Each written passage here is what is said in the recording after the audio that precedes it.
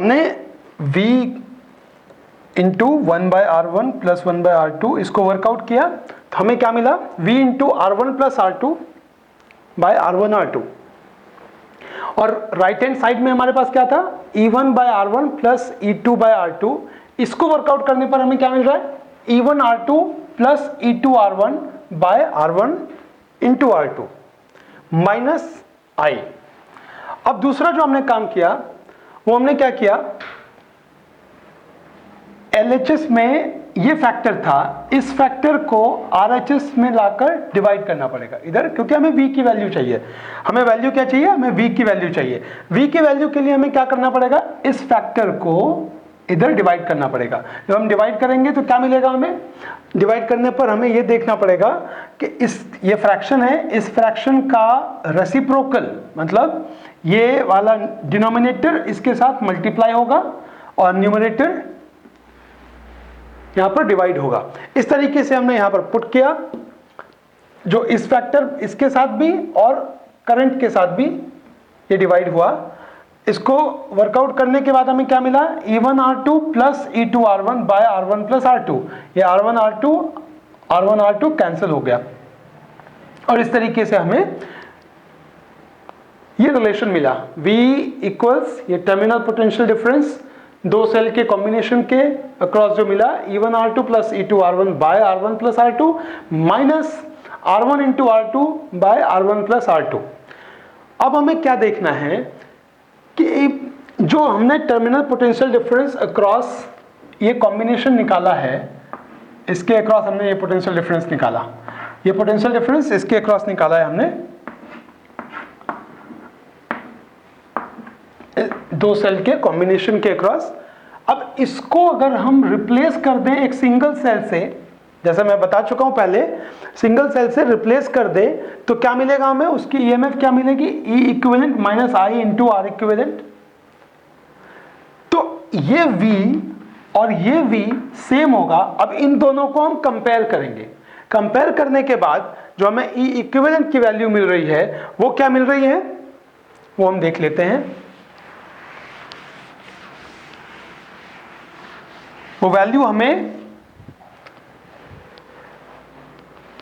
E equivalent equals E1R2 plus E2R1 by R1 plus R2। और R equivalent कैसे मिला,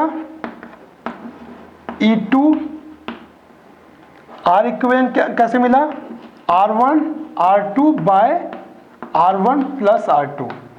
ये रिजल्ट हमें मिलेगा, ये रिजल्ट हमें कॉम्बिनेशन का कॉम्बिनेशन के लिए, ये कॉम्बिनेशन का इक्विवेलेंट EMF इसके इक्वल, कॉम्बिनेशन का इक्विवेलेंट रेसिस्टेंस इसके इक्वल। अब हमें देखना है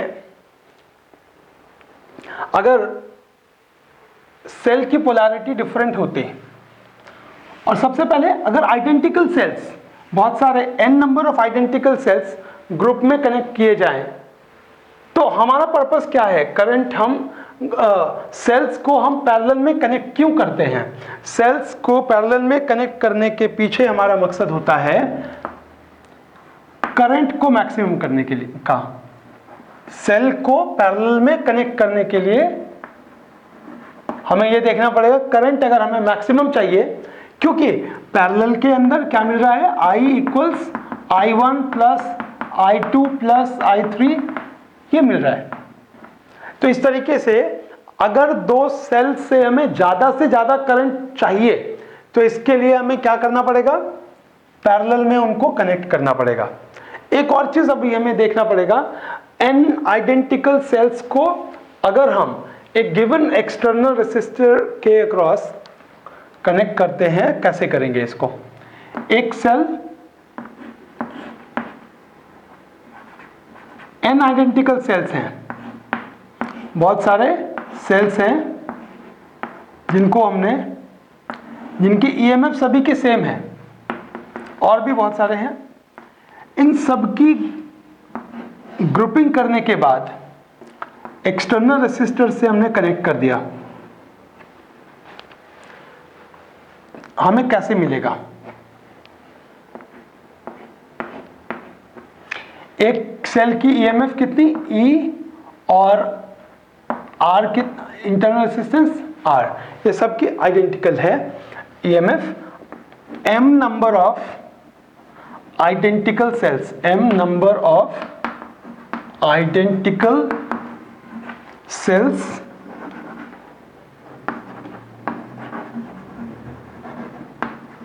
grouped in parallel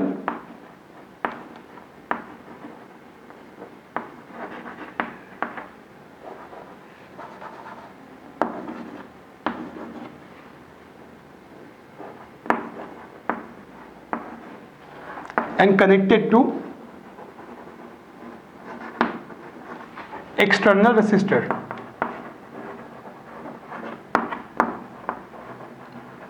external resistance. तो इस केस में हमें यह देखना है ईएमएफ कितनी होगी। ईएमएफ होगी ई इक्विवेलेंट इक्वल्स, क्योंकि ये ग्रुप में, ये पैरेलल में ग्रुपिंग हुई है, तो हर एक इंडिविजुअल की जो ईएमएफ है वही कॉम्बिनेशन की भी ईएमएफ होगी, क्योंकि ये पैरेलल में कनेक्टेड है। अब आर इक्विवेलेंट क्या होगा? आर इक्विवेलेंट के लिए हमें क्या कॉन्सेप्ट लगाना पड़ेगा? 1 by R equivalent equals 1 by R1 plus 1 by R2, ऐसे हमें करना पड़ता है। तो इसके हिसाब से हमें ये क्या करना पड़ेगा? सबकी इंटरनल रेसिस्टेंस R है, तो 1 by R plus 1 by R plus 1 by R, ऐसे कितने हैं? m नंबर ऑफ सेल्स हैं। तो इस तरीके से R इक्विवेलेंट आएगी R by m, equivalent EMF. अब करंट फ्लो जब करेगी तो नेट रेसिस्टेंस जो होगी वो क्या होगी? Internal resistance plus external resistance. तो इस तरीके से I इक्वल्स हमें मिलेगा E equivalent upon R plus external resistance plus internal resistance का कॉम्बिनेशन, उसका इक्विवेलेंट रेसिस्टेंस। अब हम पुट करेंगे value EMF upon capital R plus R by M, और इस तरीके से हमें रिजल्ट क्या मिलेगा? रिजल्ट मिलेगा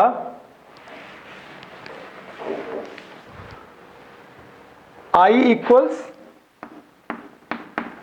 M E by M R plus small r। यहां पर एक बात हमें समझनी पड़ेगी, अगर एक्सटर्नल रेसिस्टेंस की वैल्यू हमारे पास यहां पर, अगर एक्सटर्नल रेसिस्टेंस की वैल्यू अगर कम दी हुई है, उसकी वैल्यू काफी कम है, और हमारे पास आइडेंटिकल सेल्स हैं, तो हम आइडेंटिकल सेल्स को मैक्सिमम करंट रेसिस्टर के क्रॉस पास कराने के लिए क्या कर सकते हैं? पैरेलल में ग्रुप करेंगे। ये ध्यान में रखना है। एक कंपैरिजन हम और करेंगे उस पर, ताकि हमें यह पता लग सके कि कब कौन से सिनेरियो में, कौन सी स्थिति में हमें पैरेलल ग्रुपिंग करनी है, कौन सी स्थिति में सीरीज में ग्रुपिंग करनी है। हमने अभी ये एक्सप्रेशन जाना, कॉम्बिनेशन अगर पैरेलल हो सेल्स की तो करंट कितनी होगी, कैसे हम करंट की एक्सप्रेशन कैसे निकालेंगे। अब हम चलते हैं मिक्स्ड ग्रुपिंग के जरिए, ये समझने की कोशिश करते हैं मिक्स्ड ग्रुपिंग क्या है और उसमें हम किस तरीके से करंट के वैल्यू को निकाल सकते हैं। मिक्स्ड ग्रुपिंग,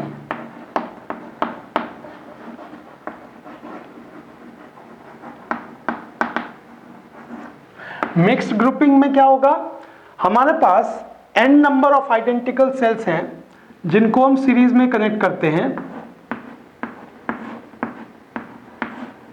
और ऐसे बहुत सारे हमने बनाए m नंबर ऑफ रोज, ऐसे बहुत सारे हमने ग्रुपिंग ऐसे ये कर दिया। तो हमें ये देखना पड़ेगा टोटल नंबर ऑफ सेल्स कितने हैं।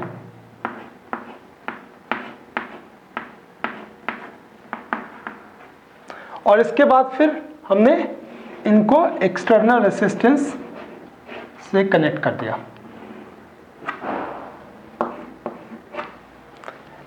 n सेल्स और ये m रोज यहां से।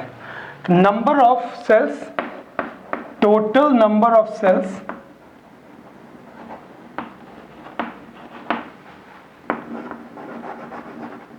Equals m into n। सभी की EMF E है, इंटरनल रेसिस्टेंस R है। EMF E, internal resistance R। और इस तरीके से हमारे पास रिजल्ट आया है। पहले हमें देखना पड़ेगा इक्विवेलेंट EMF कितनी होगी। इक्विवेलेंट EMF होगी N into E। N into E क्यों होगा? N इंटू E इसलिए होगा, इस पूरे कॉम्बिनेशन का जो सीरीज में ये सारे हैं, एक रो लिया हमने अगर, इसमें इस पूरे का n नंबर ऑफ सेल्स है तो n इंटू ई होगा, n इंटू ई। अब इसी तरह ये, क्योंकि ये पूरा ये एक रो ये सारे पैरेलल में है, तो हर एक इंडिविजुअल रो का कितना होगा, n ई। अब हम बात करते हैं इक्विवेलेंट इंटरनल रेसिस्टेंस की।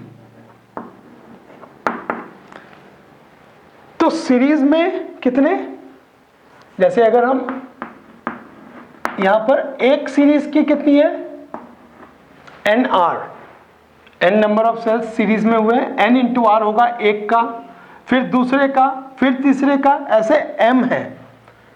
तो 1 by N R plus 1 by N R, और इस तरीके से ये बढ़ता चला जाएगा। m नंबर ऑफ है, तो इसमें क्या करना पड़ेगा हमें, एन आर बाय m, ये इंटरनल रेसिस्टेंस की इक्विवेलेंट रेसिस्टेंस निकली।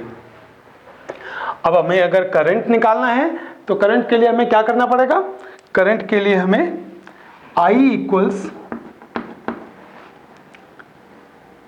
EMF, equivalent EMF upon external resistance plus internal resistance, ये पुट करना पड़ेगा। ये कॉन्सेप्ट है। अब इसके बाद क्या करेंगे, हम पुट करते हैं n into E by R plus N R by M. इसको सॉल्व करने पर हमारे पास जो रिजल्ट आता है वो रिजल्ट आता है I equals M N E by m into capital R plus small n into small r।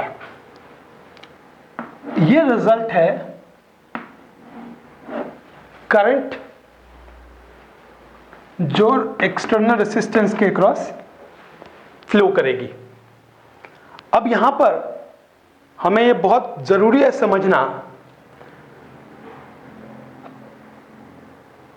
Current maximum कब होगी। करंट मैक्सिमम तब होगी, ये कंडीशन देखना पड़ेगा हमें। कंडीशन क्या है, यहां पर हमें लिखना पड़ेगा, फॉर मैक्सिमम करंट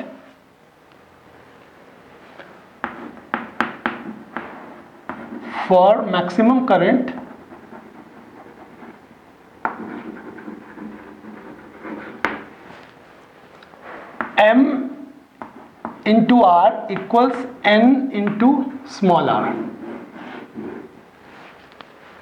एक बार इसको लिख लेते हैं, m क्या है, n क्या है। n हमने लिया है number of cells in series, number of cells in series. m लिया है हमने number of rows of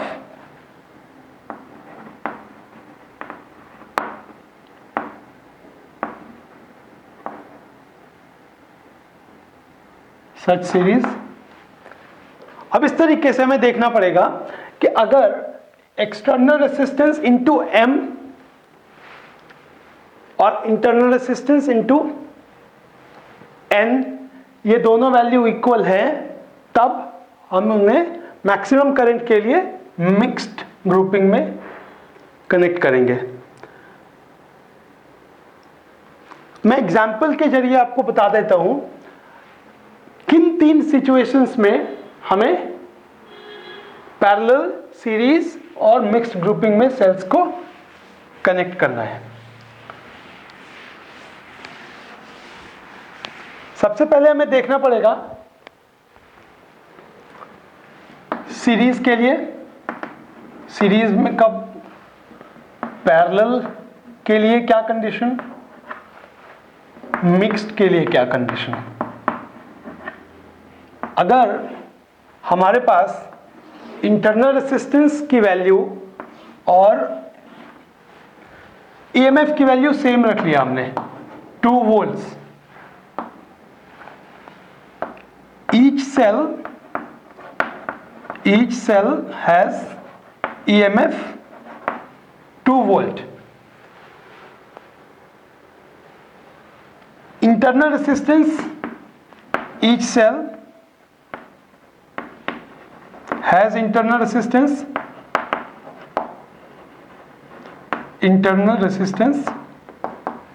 R equals 0.5 ओम। ये गिवन है, ये इधर भी सेम। अब हमें देखना है एक्सटर्नल रेसिस्टेंस की वैल्यू। एक्सटर्नल रेसिस्टेंस की वैल्यू R इक्वल्स, सीरीज के लिए बड़ा रेसिस्टर लेंगे 500 ओम। इस केस में R की वैल्यू, पैरेलल के अंदर R की वैल्यू कम लेंगे 0.005 ओम। और मिक्स्ड ग्रुपिंग में एक्सटर्नल रेसिस्टेंस की वैल्यू इसके कंपैरेबल लेनी पड़ेगी। इसकी वैल्यू क्या, 2.5 ओम।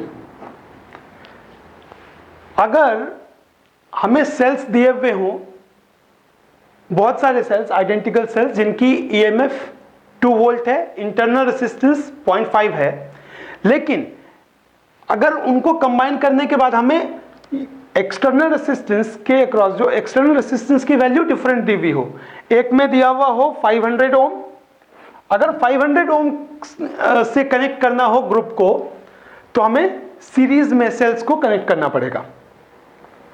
अगर रेसिस्टेंस की वैल्यू छोटी हो 0.005 ओम, उस कंडीशन में सेल्स को पैरेलल में कनेक्ट करना पड़ेगा। और अगर एक्सटर्नल रेसिस्टेंस की वैल्यू 2.5 ओम हो, यानी कि इसके कंपैरेबल, इंटरनल रेसिस्टेंस के कंपैरेबल, तो उससे हमें मिक्स्ड ग्रुपिंग में रखना पड़ेगा। और इस तरीके से हमें यह पता चल गया कि कैसे हम, ये वैल्यू कुछ भी हो सकती है, लेकिन हमें यह ध्यान रखना है, बड़े वैल्यू, अगर एक्सटर्नल रेसिस्टेंस की बड़ी वैल्यू गिवन है तो सारे सेल्स को ग्रुप करना है सीरीज में। अगर रेसिस्टेंस की वैल्यू काफी छोटी दी हुई है, इवन इंटरनल रेसिस्टेंस की वैल्यू से भी छोटी दी हुई है, तो हम उसे सेल्स को ग्रुप करेंगे पैरेलल में। और अगर काफी क्लोज हैं, इंटरनल रेसिस्टेंस की वैल्यू और एक्सटर्नल रेसिस्टेंस की वैल्यू दोनों सिमिलर हैं, काफी कंपैरेबल हैं, तो उस कंडीशन में सेल्स को मिक्स्ड में ग्रुप करेंगे।